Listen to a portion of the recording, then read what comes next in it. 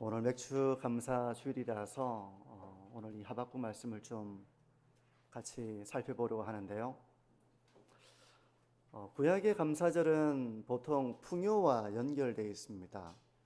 추수하고 열매를 거두어 드리고 즐거워하며 그래서 하나님께 감사하는 그런 절기예요. 특별히 오늘 맥주절은 이 시기에 밀과 보리를 추수하는 때였습니다. 그래서 그것을 추수하고 이게 우연한 자연의 섭리가 아니라 그냥 우연한 땅의 소산이 아니라 하나님의 은혜임을 가르치고 기억하고 감사하는 그런 절기가 바로 맥주절이었습니다. 근데 오늘날 우리가 이제 좀 다른 관점에서 이 말씀을 좀 묵상해 보려고 하는데요. 맥주감사절, 오늘 우리가 보리를 추수하는 것도 아니고 경작을 해서 열매를 얻는 것도 아니고 내 삶에 아직 열매를 얻은 때가 아닌데 이 절기가 나에게 어떤 의미가 있는가, 그런 생각을 하실 수도 있습니다. 그래서 오늘 이 조금 다른 방향에서 감사의 제목을 좀 생각해 보려고 하는데요. 먼저 오늘 이 본문을 좀 들여다보면 이 본문은 참 유명한 성경의 본문 중에 하나입니다. 17절을 한번 보십시오.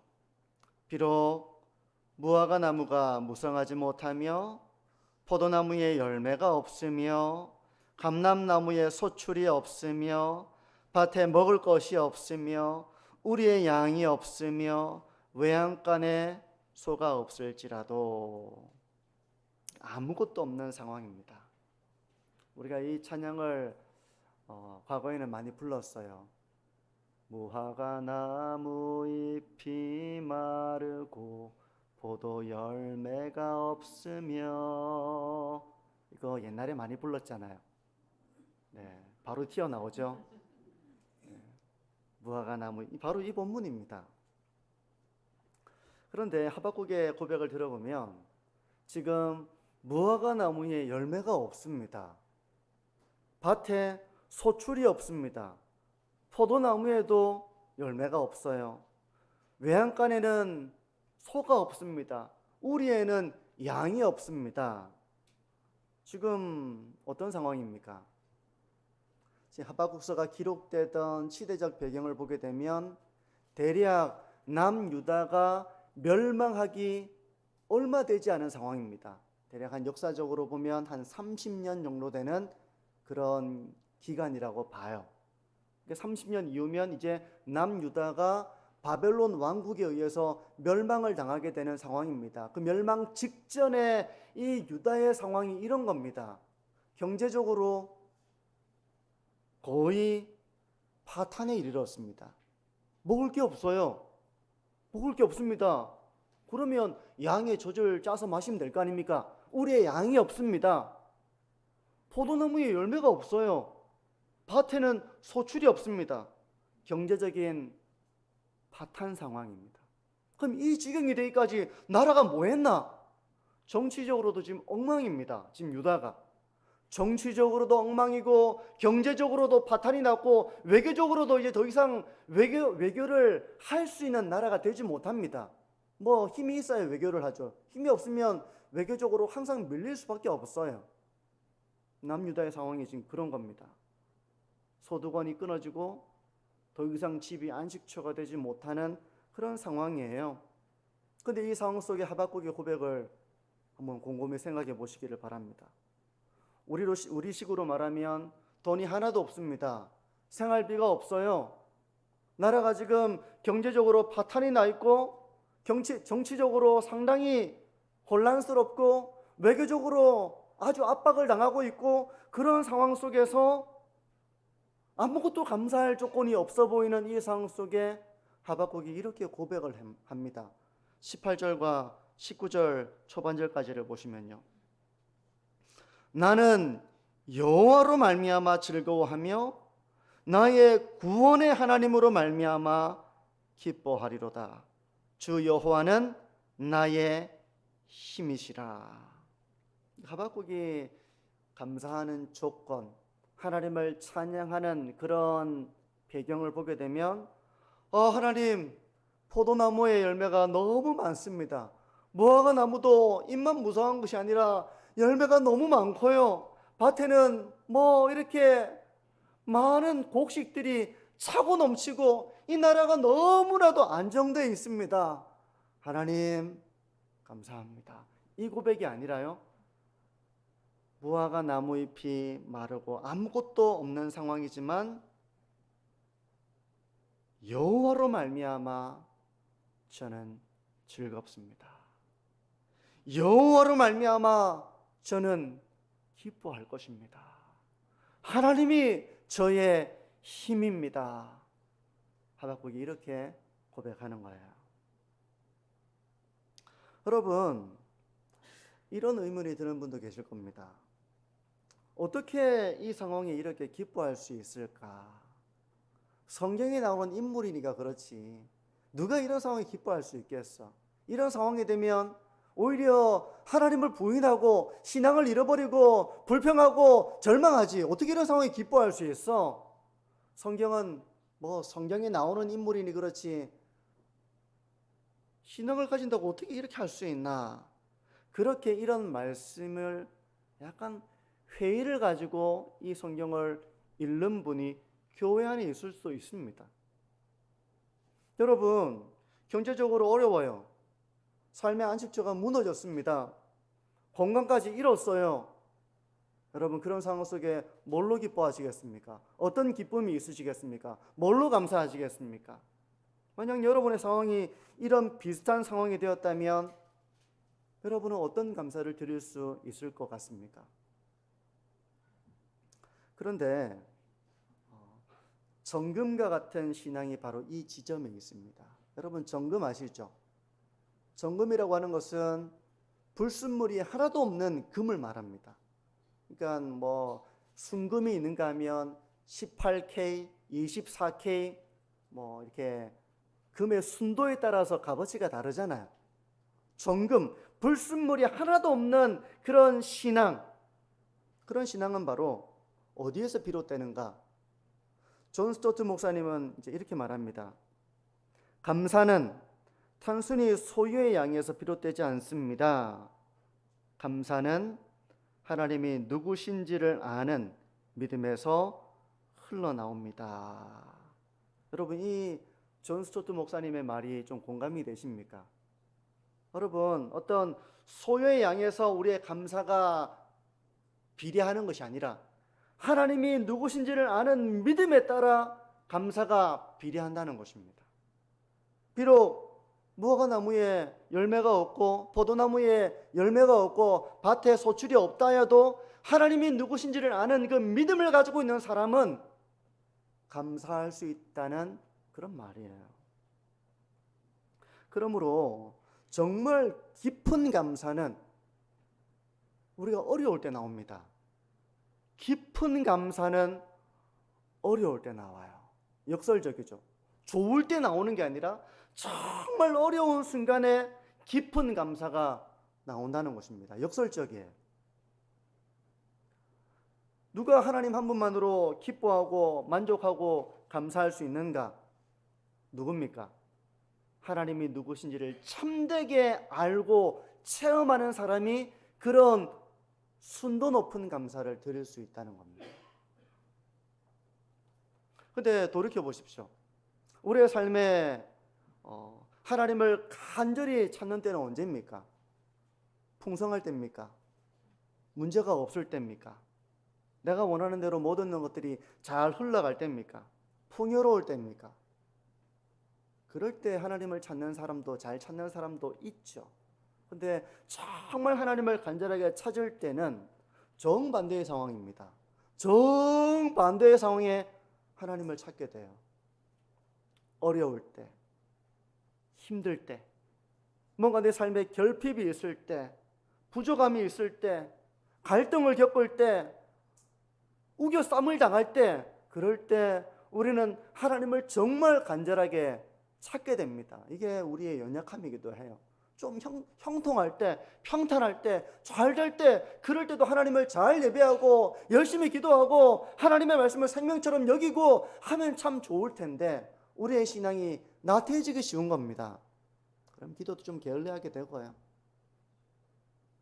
근데 삶의 이런 어려움을 만나게 되면 이제 내 삶의 우선순위를 하나님께로 두고 하나님을 찾게 되는 것이죠.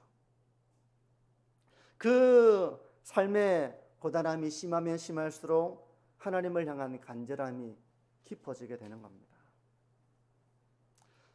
알리스터 맥그레스라고 하는 유명한 교회사 교수가 있는데요. 이렇게 말합니다. 고난 속에서 하나님을 찾는 영혼은 그분이 주시는 선물이 아닌 하나님 자신을 붙들게 됩니다. 처음에는 나의 삶의 문제를 가지고 하나님께 기도하죠. 그 문제가 나를 너무 찌르니까 하나님 너무 힘듭니다. 아픕니다. 괴롭습니다. 좀 이 찌르는 문제 좀 해결해 주십시오. 이 문제를 해결해 주십시오라고 하나님을 찾는데 근데 이 알리스터 맥그레스 목사님이 뭐라고 얘기합니까? 고난 속에서 하나님을 찾는 영혼은 그분이 주시는 선물이 아닌 하나님 자신을 붙들게 된다는 겁니다. 선물을 달라고 기도했는데 선물이 아니라 선물을 주시는 하나님을 만나게 된다는 겁니다. 지난 세월 우리가 돌이켜보면 다 어려운 순간들이 있으셨을 겁니다. 저도 예전에 잠깐 나누었던 저의 삶의 고백이기도 한데 뭐 시간 관계상 다 말할 수는 없잖아요. 그래서 오늘 그 부분을 좀 다시 한번 나누고 싶은데 제가 만천중앙교회에서 3년 동안 부목사로 사역을 했었습니다. 그죠? 그리고 제가 이 만천중앙교회에서 사역을 마무리하고 부산으로 임지를 옮기게 되었어요. 물론 그 여정 속에는 제가 대구에서 그냥 공부를 좀 하려고 했는데 뭐 그 여의치 못해서 결국은 부산으로 이렇게 옮기게 된 상황이었는데 사실 제가 미국 유학을 가려고 준비를 했었습니다. 그래서 학교에 지원을 했고 학교에 입학 허가서가 나왔고 이 입학 허가서를 가지고 이제 비자를 신청하고 이 모든 과정들을 이제 거쳐가면서 유학을 가려고 했던 상황이 있었습니다. 근데 이제 유학을 가려고 하면 유학 뭐 그냥 간다고 하면 가집니까? 유학 가려면 경제적인 부분이 참 많이 필요해요. 그래서 그때 당시에 아내는 부산에 남아서 두 아이를 키우고 돈을 벌어서 저에게 유학비를 보내고 저는 미국에 가서 한 2, 3년 정도 터전을 마련하고 그래서 아내와 아이들을 부르자 이런 논의를 하고 있을 때였습니다. 근데 이제 가족들과 떨어져야 되는 그 상황 속에 고민이 많이 되었어요. 아내를 너무 내가 고생시키겠다.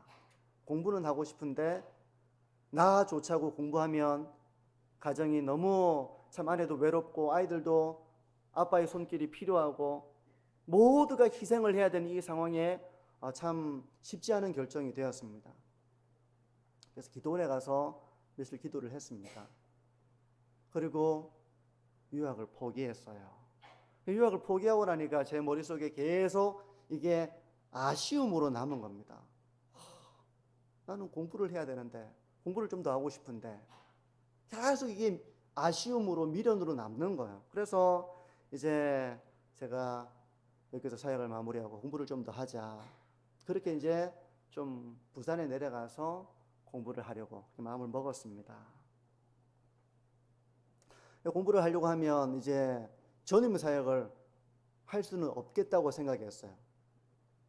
내가 공부를 좀 더 매진을 해야 되겠다 생각을 하고 제가 사역지도 파트 사역지를 알아봤습니다. 파트 사역지를 알아보고 나니까 이제 문제는 이제 집이 필요하잖아요. 전임 사역자는 교회에서 사택을 제공해 주지만 파트 사역자에게 사택을 제공하는 경우는 거의 없거든요. 거의 없습니다. 그래서 이제 공부를 하려고 하다 보니까 이제 그런 집을 구하고 여러 가지 생활에 필요한 부분들을 이제 해결해 나가야 되는 상황이 된 겁니다. 근데 너무 답답했어요. 전세하려면 전세금이 있어야 되는데 저는 100만 원도 저축을 못한 상태였습니다. 매달 그냥 사는 거예요. 매달 살고 그러다 보니까 뭐 대출도 받아야 되는데 사실 교회 목사다 그러면 아이고 대출 막 해주고 그런 때가 아니었거든요. 대출 안 해줍니다. 목사든 전도사든 대출 받기가 어려워요. 지금 어떨지 모르겠는데 대출 받기도 어렵다는 이야기를 들으면서 모든 게 너무너무 답답할 때였습니다. 그렇다고 풀타임 사역자, 전임 사역을 하게 되면 공부하기가 어렵다 생각해서 이게 미련이 남으니까 죽이 되든 밥이 되든 내가 공부를 해보겠다. 가족이 뭐 미국 갈 생각도 했고 가족이 몇 년 떨어질 생각도 했고 그런 것도 각오했는데 뭐 같이 살면서 충분히 이겨나가면 되겠지 라고 결정을 하고 이 모든 과정을 이제 해결해 나가는 과정이 있었는데 제가 가장이다 보니까 너무 답답한 겁니다. 너무 답답했어요. 하루는 이제 기도를 하고 있는데 간절하게 기도하게 되죠. 집이 없는데 집을 구해야 되는데 누가 저에게 목사님 여기 집 비어 있으니까 여기 쓰세요 이런 것도 아니잖아요. 제가 집을 구해야 됩니다. 모든 것이 제가 결정한 뒤에 따르는 결과를 감수해야 되는 상황이에요. 간절하게 기도했습니다. 뭐 대출 잘 되게 해주시고 대출 받아서 우리 내 가족이 살만한 그런 또 집을 잘 알아볼 수 있게 해주시고 공부할 수 있는 환경을 마련해 주시고 뭐 이런 모든 것이 다 사실 기도 제목이었어요. 근데 기도를 하고 있는데 제가 너무 믿음이 없는 겁니다. 제가 너무 믿음이 부족한 거예요. 하나님은 하늘과 땅을 지으신 분이신데 아무리 내가 첩첩산중과 같은 그런 깊은 골짜기에 있다 할지라도 하나님이 못하실 일이 뭐가 있나? 기도하는 가운데 제가 이 생각을 하게 된 겁니다. 근데 저는 믿음이 부족하다 보니까 생각이 너무 많은 거예요. 막 대출도 받으러 가야 되는데 여기서 안 되면 또 어디 가야 되고 막 이런 것들을 생각하니까 막 답이 안 보이고 너무 답답하고 이 상황이 너무 힘든 거예요. 그래서 하나님 앞에 불평도 하고 막 그랬었습니다. 제 믿음이 너무 부족한 것입니다. 그러니까 답답하고 생각이 많아지고 답이 안 보이고 모든 것이 참 생활이 이렇게 참 마음이 이렇게 힘든 때 보니까 제 자신이 너무 믿음이 부족하고 내가 참 형편이 없는 사람이다.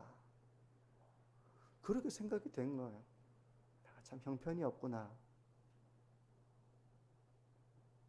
그렇게 해서 회개를 하게 되었습니다. 회개를 하면서 하나님을 붙들게 됐습니다. 하나님이 어떤 분인지 보이기 시작했어요. 믿음으로 보이기 시작했습니다. 하나님이 함께 하신다면 대출도 될 것이다. 하지만 그리 아니하실지라도 대출이 안 된다 할지라도 아내와 나와 두 아이가 머물 그런 장소가 보잘것없다 할지라도 하나님 전혀 문제 없습니다. 저는 그걸 걱정했거든요.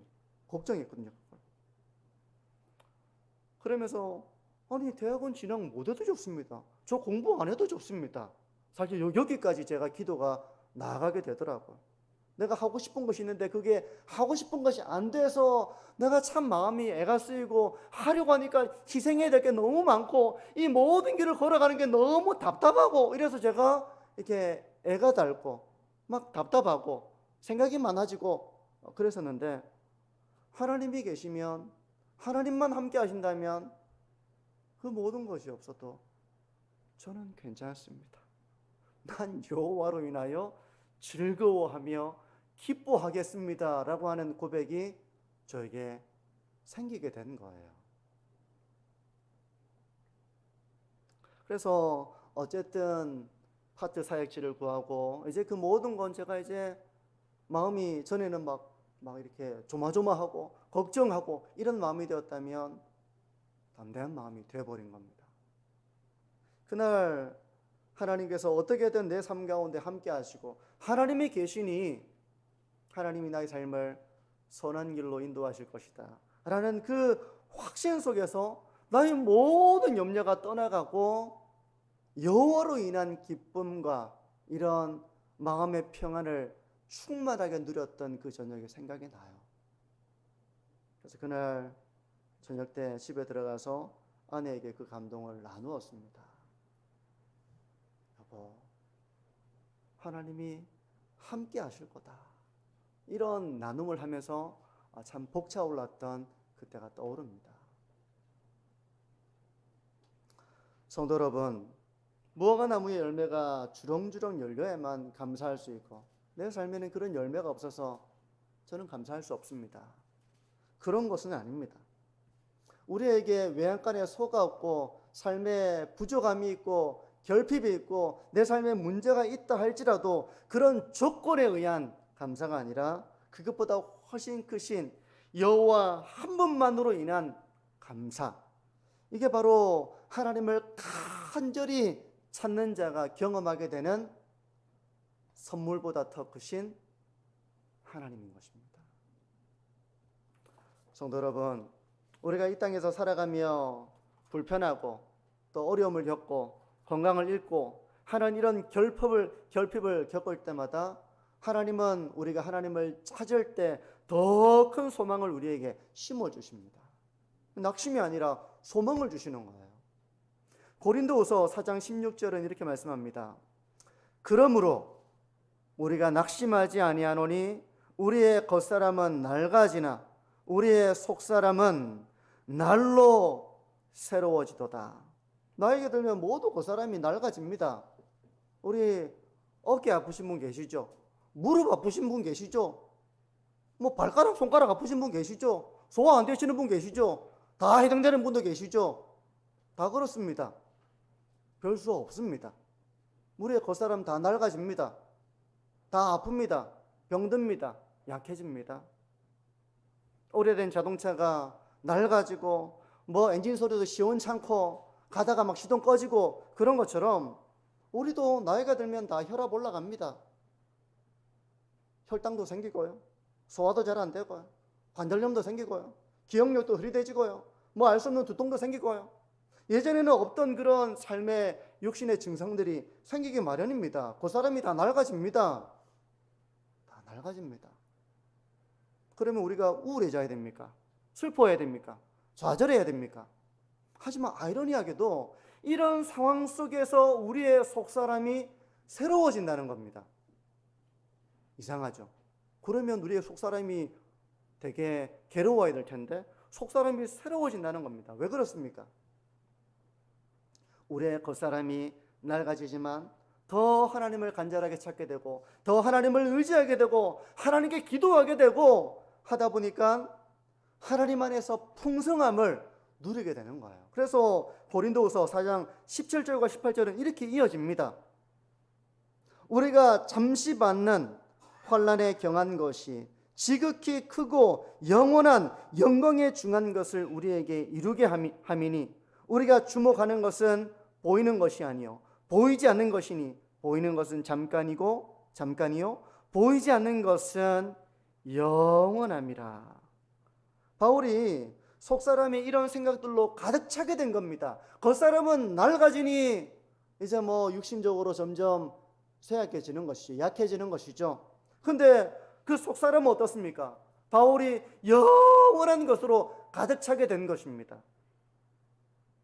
여러분, 우리가 겉사람이 삐까뻔쩍할 때는 이걸 잘 주목하지 못합니다. 겉사람이 강건하고 건강하고 힘이 있고 이러면 영원한 것에 대한 사모함을 덜 가지게 됩니다. 제가 그런 것 같아요. 저도 뭐 이렇게 건강 때문에 고비들을 몇 번 겪었던 적이 있는데 제가 가장 영혼에 대한 사모함을 가장 강렬하게 가졌던 때는 죽음에 점점 가까워졌을 때, 제가 이제 이 땅의 삶들을 내려놓고 영원한 것을 위해 기도하고 하나님을 의지하고 속사람이 새로워지는 것을 경험했을 때는 바로 그런 때였습니다. 여러분, 그러다 보니까 겉사람은 낡아지지만 더욱더 하나님의 약속을 붙들게 된 것입니다. 속사람은 하나님의 은혜로 충만해져서 내가 겉사람이 이렇게 약해지니 내가 참 인생이 서글프다, 우울하다 이런 것이 아니라 도리어 장차 나타날 그 영광에 대한 소망으로 충만하게 되었다는 바로 고백이에요. 근데 이게 바울만의 고백이 아닙니다. 모든 믿음의 사람들이 걸어가며 그 사람은 약해지고 삶에 결핍이 생기고 약함이 생기지만 도리어 그 약함을 통해 하나님을 의지하게 되니, 하나님을 찾게 되니 내 삶의 조건들보다 더 크신 하나님을 충만하게 누리게 되는 은혜를 경험하게 된 거예요. 이게 바로 신앙의 역설입니다. 말이 안 되죠.